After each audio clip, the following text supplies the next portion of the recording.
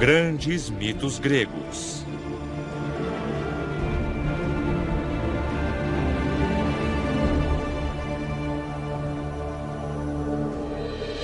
Hermes, o mensageiro indecifrável.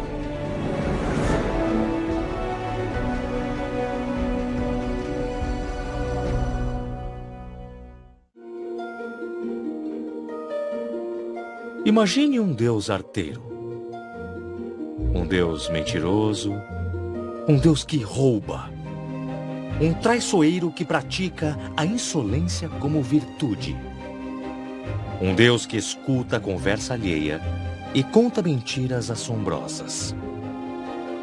Imagine um deus veloz, ágil, que indica aos viajantes seus caminhos, indica oportunidades aos comerciantes, encontra o que se perdeu e confisca o que não te pertence. Este Deus é Hermes. Ele aparece quando menos se espera. Desaparece quando você acha que vai ficar. Hermes é o último filho nascido das relações de Zeus. Sua mãe Maia era uma deusa gloriosa, mas era uma das 7 Pleiades, as filhas do gigante Atlas, conhecidas por sua beleza.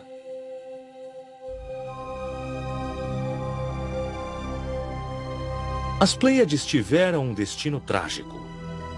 Foram perseguidas durante muitos anos por um caçador, o gigante Orion. Para protegê-las, Zeus as transformou em pombas e depois em estrelas. Mas estamos nos precipitando aqui. Por enquanto, Maia, uma das Pleiades, havia se refugiado no sul de Arcádia, longe dos olhares de Hera, a esposa legítima de Zeus. E foi ali, em uma caverna do monte Quiline, que Hermes nasceu. Sua mãe o envolveu em cobertas, como era de costume com recém-nascidos. O deitou em um cesto de vime e o entregou a uma ninfa para que fosse sua cuidadora. Porém, Hermes não era um recém-nascido como os demais. Incrivelmente precoce, já sabia falar e andar. Poucas horas depois de seu nascimento, aproveitando a ausência de sua mãe, foge da caverna e explora as estradas.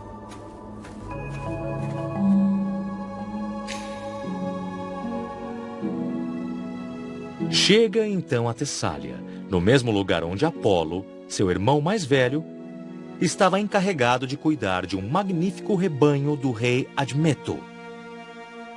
12 vacas e 100 lindas novilhas com chifres de ouro. Hermes olha ao redor e não vê ninguém. Apolo, como sempre, estava muito ocupado seduzindo lindas mortais, ou então estava com Himeneu, um jovem extraordinário que não saía de seus pensamentos. A oportunidade era boa demais para ser verdade. Roubar era fácil. O difícil era não deixar rastros. Então, para que ninguém o capturasse, Hermes disfarçou seus passos enrolando os pés com folhagem. Fez com que os animais se afastassem do pasto e os levou para longe, até a base do Monte Pilos, um lugar ermo no Peloponeso.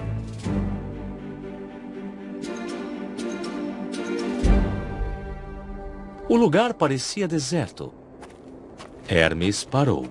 Garantiu que não fosse pego, porque sabe que sempre há riscos. Para se acertar com os deuses, sacrificou 2 animais e cortou sua carne em 12 partes. Queimou a carcaça, escondeu o rebanho atrás de uma montanha e voltou feliz à sua caverna.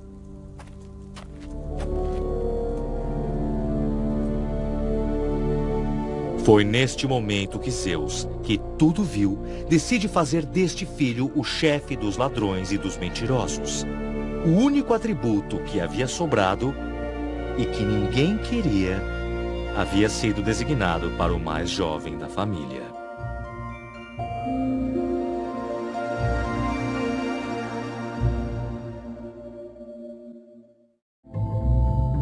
Hermes deixou Pilos. Ele pegou a estrada novamente, despreocupado como sempre. Não tardou a chegar à caverna. Quando estava prestes a entrar, viu uma tartaruga descansando ao sol. Observou-a por um momento, pensando o que fazer com ela. Resolveu capturá-la, arrancar suas entranhas e prendeu, de um dos lados do casco, paralelo à parte oca, cordas feitas com as tripas de uma das vacas que tinha sacrificado. Acabava de criar a primeira lira. A criança se diverte com sua criação, a esconde em seus pertences e dorme como se nada tivesse acontecido. Enquanto isso, em Tessália, Apolo logo nota o desaparecimento de seu rebanho. Procura no céu e na terra, mas não encontra. Depois de fazer sua busca de leste a oeste, de norte a sul, não tem outra opção senão chamar os sátiros. Os sátiros são criaturas peculiares. Os membros inferiores de seus corpos são de cabra e os superiores são de homem. Apolo sabe que são gananciosos e promete a eles um prêmio generoso se encontrarem seu rebanho e também o responsável. Isso foi o suficiente para que os sátiros partissem em todas as direções, vasculhando os 4 cantos do mundo. Mas não encontram. O rebanho parecia ter sumido.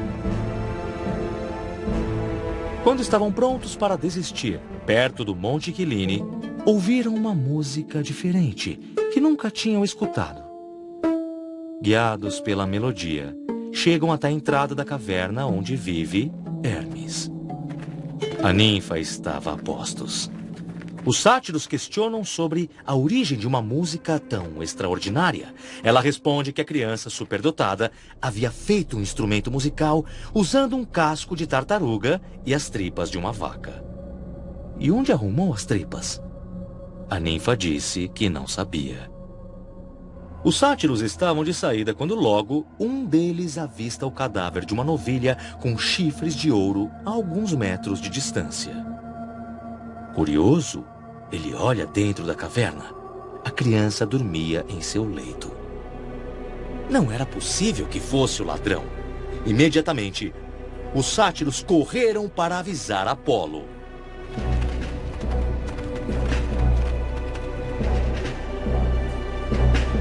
Apolo ficou chocado.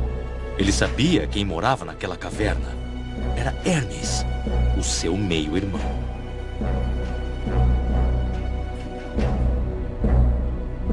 Tomado de raiva, Apolo corre e exige a Maia que faça seu filho revelar onde escondeu o rebanho. Maia aponta para o menino deitado em seu leito e afirma que aquela acusação era absurda, que seu filho nunca seria capaz daquele crime. Hermes, que estava escutando tudo, reafirma também a sua inocência. Aquela acusação era absurda. Ele era uma criança inocente. Apolo não consegue acreditar. Pega Hermes e leva o menino até Zeus, mostrando o cadáver da novilha que fez questão de carregar.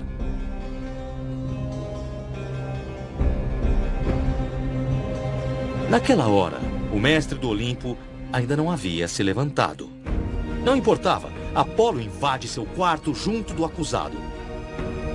Zeus não conseguia acreditar que uma criança seria capaz de tal ação. Mas Apolo insiste, se irrita e mostra as provas.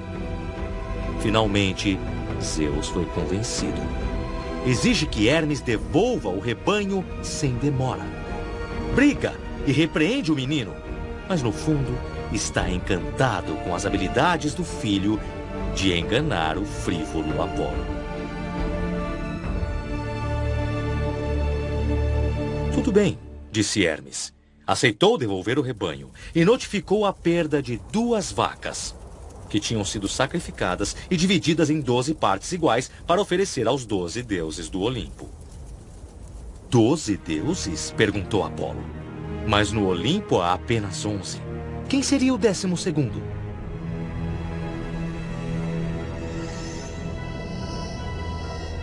Sou eu, disse Hermes. Apolo titubeia em choque. Zeus não consegue esconder a admiração que tem pelo menino, que se mostrava claramente cada vez mais interessante. Antes de seguir seu caminho, Hermes mostra a lira que havia criado e começa a improvisar uma canção. Apolo foi conquistado. Aquele novo e harmonioso som conquistou seu coração.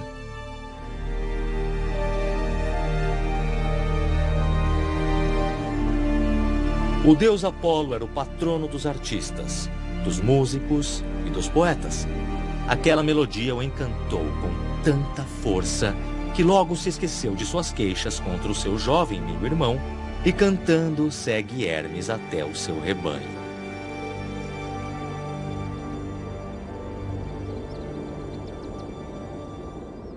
Tudo parece ir bem. No entanto, Apolo hesita. Desde que partiram da caverna, o instrumento que produz a admirável melodia o assombra. Estava obcecado. Fique com o rebanho, disse a Hermes. E em troca, eu fico com a lira. Hermes sorriu e aceitou. Os dois irmãos apertam as mãos e dali em diante se tornaram inseparáveis.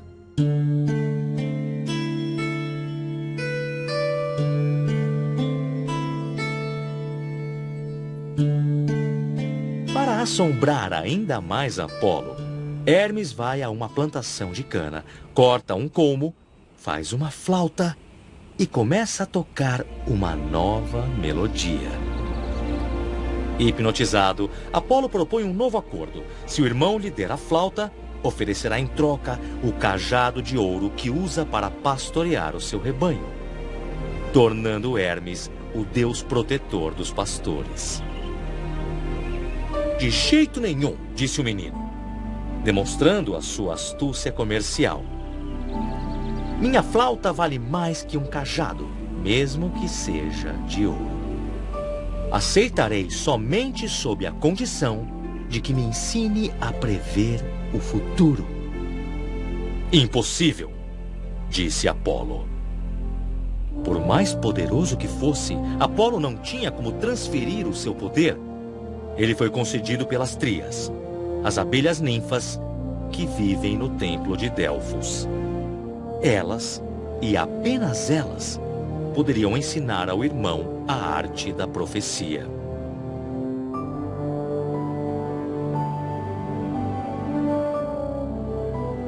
Que assim seja, disse Hermes.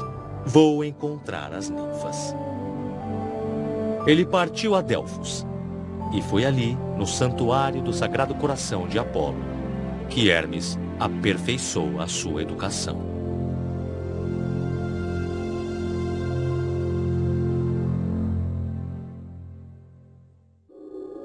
Hermes já tinha o conhecimento de um deus quando Zeus o chamou ao Olimpo.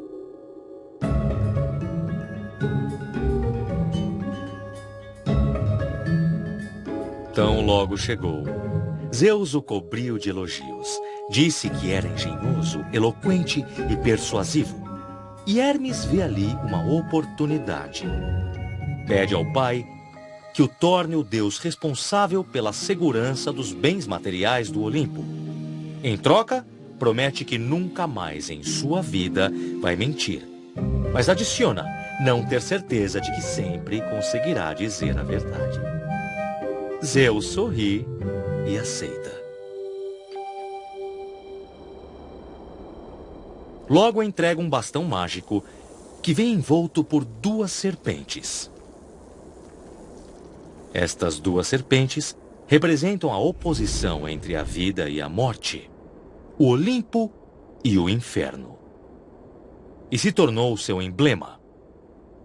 Em adição, acrescentou a seu uniforme um chapéu redondo com grandes abas para protegê-lo da chuva durante suas missões, e sandálias aladas de ouro capazes de transportá-lo na velocidade do vento.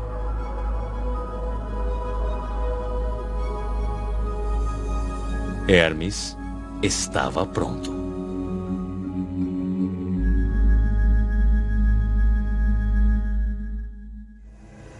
Zeus o nomeou como intermediário entre os deuses e os mortais, e o tornou o único mensageiro usado pelo deus Hades, senhor do submundo.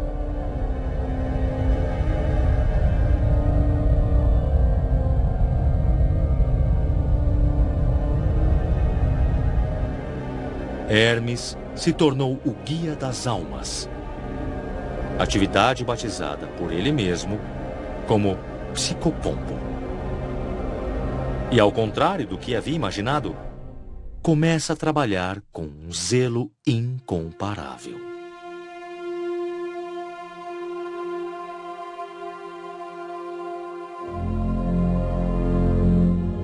Dia após dia, era visto escoltando os mortos pelo submundo com doçura e acompanhando as almas onde ninguém ousava entrar.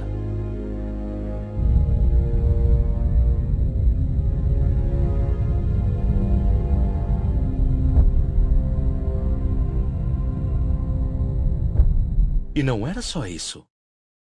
O jovem deus também assume a função de promover o comércio e garantir a livre circulação dos viajantes por todos os lugares do mundo.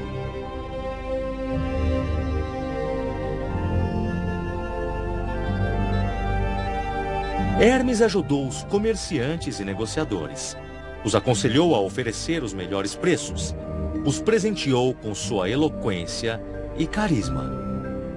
Características que permitiam que vendessem qualquer coisa em qualquer situação. Os argumentos de Hermes muitas vezes eram desonestos.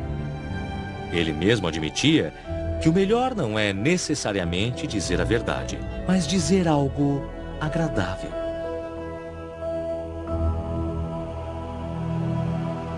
Hermes, então, se coloca à disposição de Zeus. Além do mais, o que não faria para agradar o pai, que em muitas ocasiões o ajuda a escapar das iras das descobertas de Hera, quando se volta contra as amantes de seu infiel marido ou seus muitos filhos bastardos.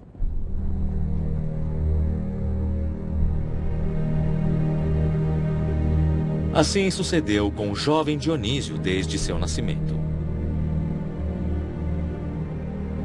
E mais tarde, quando Paris, o príncipe de Troia, foi encarregado de determinar quem era a mais bela entre Hera, Atena e Afrodite, foi Hermes, por ordem de Zeus, que o apresentou às três deusas.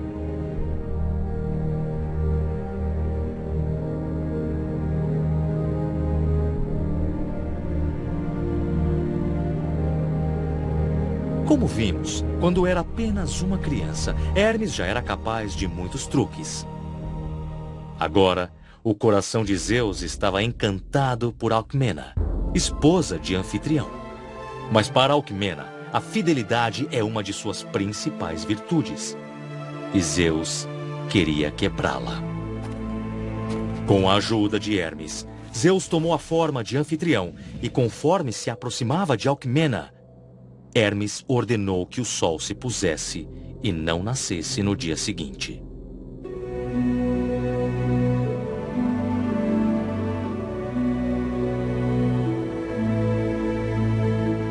Desta forma, a enganada Alcmena se entrega inocentemente aos braços que acreditava ser de seu marido durante 3 dias.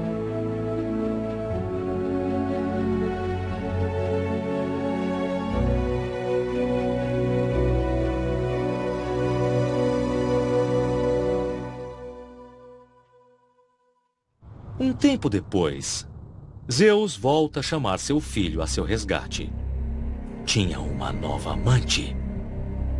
Mas Hera, sua esposa, havia transformado a pobre mulher em uma novilha e colocado ela sob os cuidados de Argos, o gigante.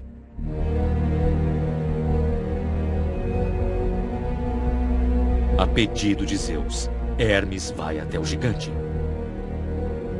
Esta criatura não tinha apenas 2 olhos, mas sim 100 deles.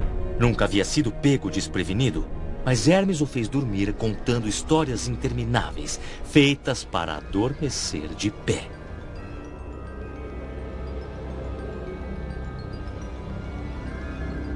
A partir do momento que se assegurou que os 100 olhos do gigante estavam fechados, se aproximou e cortou sua cabeça.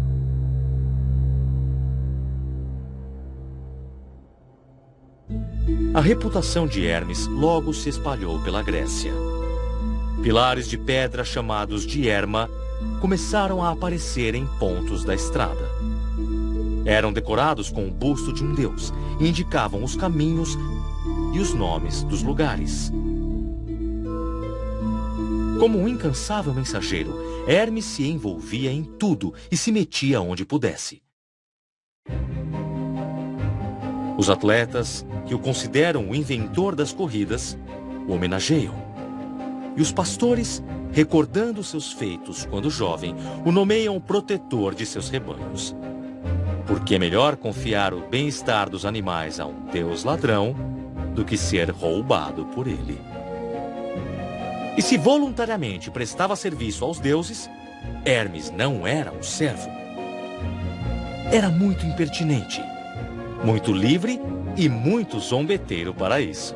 No Olimpo, gostavam dele, era divertido, mas muitas vezes irritava os deuses. Sempre pregando peças, roubou o arco e flecha do Cupido, o deus do amor. Roubou também o tridente de Poseidon, o cetro de Zeus, as pinças de Hefesto e até mesmo o cinto mágico de Afrodite, objeto este que havia despertado desejo tanto em deuses quanto nos mortais.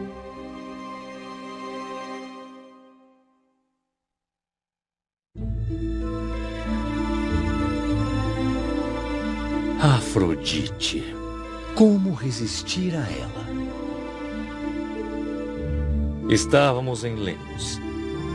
A deusa da beleza era casada com o deus ferreiro Hefesto. Assim que descobriu que ela o estava traindo, conseguiu capturar ela e seu amante Ares em uma fina malha de bronze. Então convocou todas as divindades do Olimpo para que testemunhassem o adultério. Hermes compareceu à reunião divina. E como todos os homens, seduzido pela beleza da deusa, sugeriu que tomaria o lugar de Ares apesar do flagra. E Afrodite escutou. Lisonjeada, antes de fugir do Olimpo, passou uma noite inteira com Hermes.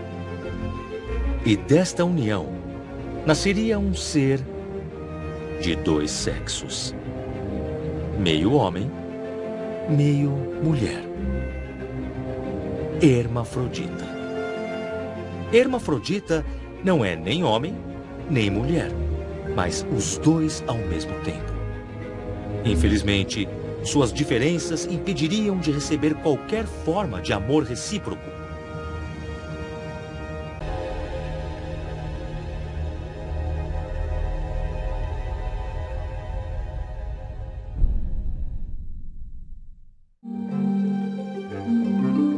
Agente secreto, diplomata, mulherengo, traiçoeiro, ladrão, trapaceiro universal. Naturalmente, um dos deuses mais amados pelos mortais. Era capaz de ajudar os homens, como também enganá-los.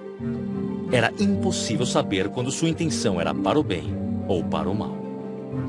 Hermes era o mensageiro dos deuses, mas apenas os mais inteligentes eram capazes de enxergar suas verdadeiras intenções.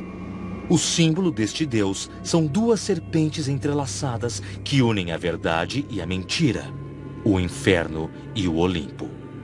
Ele é, por definição, hermético. O mensageiro indecifrável.